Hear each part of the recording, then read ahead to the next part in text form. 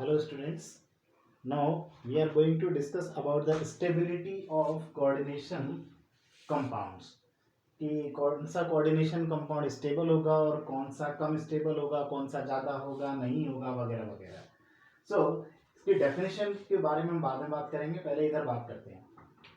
जब एक complex compound बनता है तो हम जानते हैं कि एक सेंट्रल मेटल आयन होता है, उसके साथ कुछ लिगेंड्स आते हैं. यहाँ पर अमोनिया कौन है? यहाँ पर है ये एक लिगेंड, और ये एक सेंट्रल मेटल आयन है. लिगेंड आके इससे जुड़े और ये कोऑर्डिनेट बॉन्ड्स बन गए इन दोनों के बीच में, और इस तरह से ये एक कॉम्प्लेक्स आयन बन गया. अब अगर ये बना रहेगा, जितना स्टेबल होगा तो ये इक्विलिब्रियम राइट साइड में शिफ्ट रहेगा, और ये जितना लेस स्टेबल होगा तो ये डिसोशिएट होने की कोशिश करेगा. स्टेबिलिटी का मतलब हुआ बनना, यानी कोई चीज अगर बनती है और बनी रहती है तो इसका मतलब वो मोर स्टेबल है. तो अगर ये इन दोनों के जुड़ने से कॉम्प्लेक्स बना और ये बना रहा तो इसका कंसंट्रेशन ज्यादा होता चला जाएगा और इनका कंसंट्रेशन कम रहेगा, और इस तरह से इक्विलिब्रियम जो है वो राइट साइड में शिफ्ट रहेगा. अब अगर हम इनका इक्विलिब्रियम का रेशियो कांस्टेंट निकालें, इक्विलिब्रियम कांस्टेंट, तो कैसे निकालते हैं हम? पहले राइट साइड में जो प्रोडक्ट होते हैं उनके कंसंट्रेशन ऊपर लेना है, लेफ्ट साइड में जो रिएक्टेंट्स होते हैं उनके कंसंट्रेशन हमको नीचे रखना है. अब इनका जो रेशो आएगा, इस रेशो को कहा जाता है इक्विलिब्रियम कांस्टेंट. ठीक है ना? लेकिन ये कब होना चाहिए? At the time of equilibrium, यानी कि जब इन दोनों प्रोसेस फॉरवर्ड और बैकवर्ड, फॉरवर्ड में कॉम्प्लेक्स बन रहा है, बैकवर्ड में वो टूट रहा है, लेकिन दोनों प्रोसेस के बीच में जब इक्विलिब्रियम आ जाए उस समय प्रोडक्ट का कंसंट्रेशन और नीचे रिएक्टेंट के कंसंट्रेशन, इनका जो रेशियो निकलता है उसको हम कहते हैं इक्विलिब्रियम कांस्टेंट, लेकिन यहाँ पर उसको नाम दिया जाएगा stability constant. So more the value of stability constant, more stable will be the complex. क्योंकि अगर इसकी वैल्यू जितनी ज्यादा होगी, इसका मतलब कि जो कॉम्प्लेक्स है उसका कंसंट्रेशन ज्यादा है और रिएक्टेंट्स का कम, इसका मतलब इक्विलिब्रियम जो है फॉरवर्ड डायरेक्शन में शिफ्टेड है और जो कॉम्प्लेक्स है वो स्टेबल है. तो स्टेबिलिटी कॉम्प्लेक्स से ये निकल कर आएगा. अब इसी को आप डेफिनेशन में देखते हैं. ये क्या है? ये रेशो ही तो है. किस किस के बीच में रेशो है? एक तो ऊपर तो किसका है? कंसंट्रेशन ऑफ कॉम्प्लेक्स आयन, और नीचे है concentration of metal ion and ligands जब वो अलग अलग थे.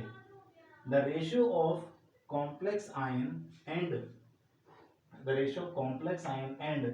प्रोडक्ट ऑफ से मतलब यहाँ पर है multiply, and product of concentration of metal ion, ये मेटल आयन रहा, एंड लिगेंड्स, ये लिगेंड्स हैं, इन दोनों के कंसंट्रेशंस का product when they are in equilibrium is known as stability constant. दोबारा पढ़ता हूं. The ratio of complex ion and product of concentrations of metal ion and ligands when, condition लगी है, when they are in equilibrium is known as stability, यानी कि ये equilibrium में होने चाहिए. उस समय जो इनका कंसंट्रेशंस का रेशियो होगा उसको कहेंगे हम स्टेबिलिटी कांस्टेंट. लास्ट में लिखते हैं अपन then more the stability constant, more stable will be the complex. तो इस स्टेबिलिटी कांस्टेंट की वैल्यू जितनी ज्यादा होगी उतना वो स्टेबल है. अब इसी बात को एक दूसरे टर्म में भी एक्सप्लेन किया जाता है, उसको कहते हैं इनस्टेबिलिटी कांस्टेंट. ये जस्ट इसका उल्टा है, यानी कि स्टेबिलिटी में कॉम्प्लेक्स बन रहा है और इनस्टेबिलिटी में कॉम्प्लेक्स टूट रहा होगा.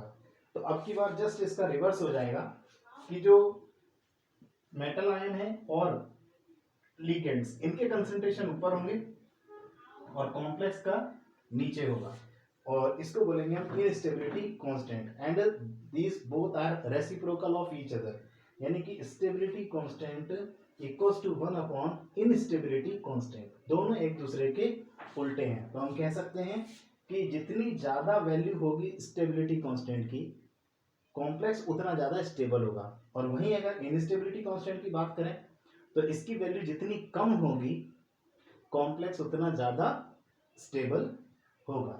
So stability is explained in the terms of stability constant, which is the ratio of concentration of complex ion and the product of concentration of metal ion and ligands, and stoichiometric coefficient is raised as the power of the concentration terms, जैसा कि हमने 11th class के अंदर equilibrium के chapter में already इसको पढ़ा हुआ है. So this is all about stability of coordination compounds.